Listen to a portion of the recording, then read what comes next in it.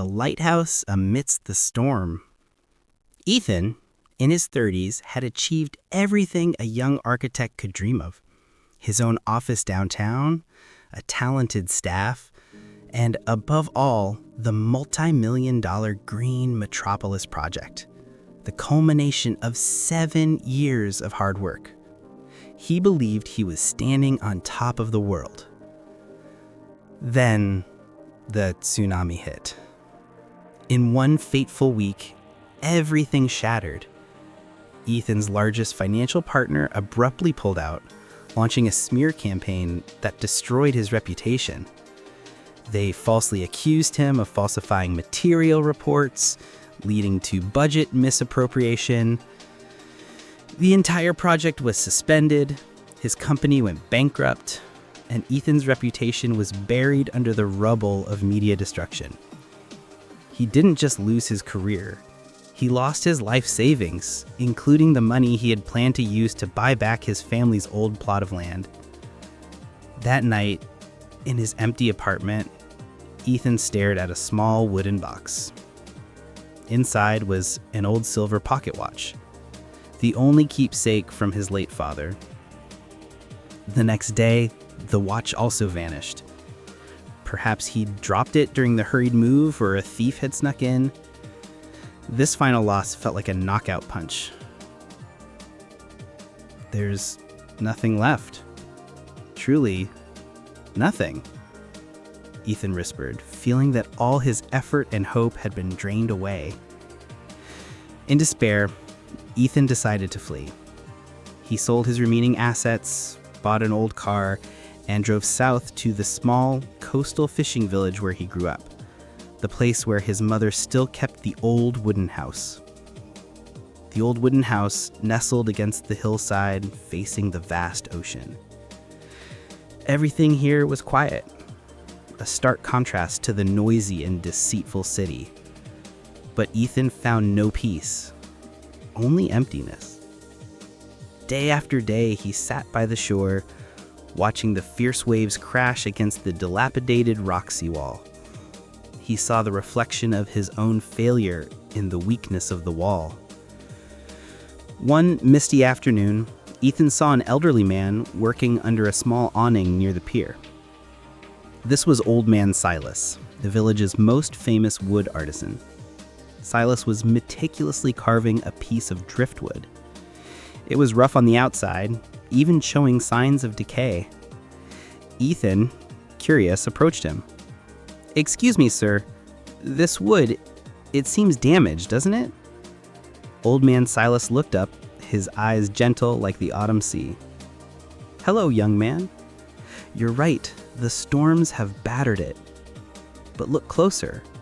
He pointed to the wood's core. "The outside may be ugly, but it has absorbed the sea salt and withstood the sun and wind. Its core is harder than any new timber. This is resilient pine. Pieces of resilient pine that survive gales are the best material for ship masts and anchors." Ethan sat down and began to recount his story, his voice bitter. "I've lost everything. My career, my money, and my honor. People say, everything happens for a reason, sir. What reason could possibly justify such a terrible loss?" Silas stopped carving and looked straight into Ethan's eyes. "Then listen to my story of the mast and the rock." Old Man Silas began. "Once there was a forest of resilient pine trees. The ones that grew in the valley were well cared for, tall and lush with branches. The ones growing on the coastal cliffs were stunted, their trunks warped by the sea wind, and they looked ugly. One day, people needed wood to make the mast for a great ship bound for the open ocean. They went to the valley and cut down the tall, beautiful pines. But when taken out to sea, the mast shattered in the first storm because the wood was soft and hollow inside. Finally, they returned to the cliffs and cut down the trees that were bent by the wind and battered by storms. Their wood was called endurance timber. It had to endure the painful pruning and grinding to remove the rotten and weak parts.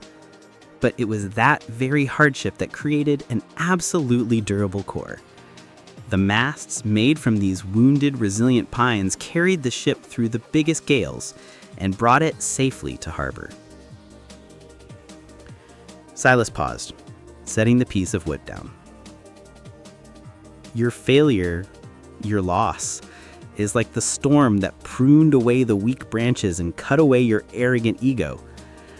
Had you succeeded with the Green Metropolis project, you would forever be a valley tree, never strong enough to withstand the bigger storms of the future. The loss of your watch, the loss of your money, it forced you to return to this village, where you can find the endurance timber within yourself. Remember, people lose something only to gain something better, not always material, but lessons in maturity. Old man Silas's words planted a seed in Ethan's heart. He began to reevaluate his failure.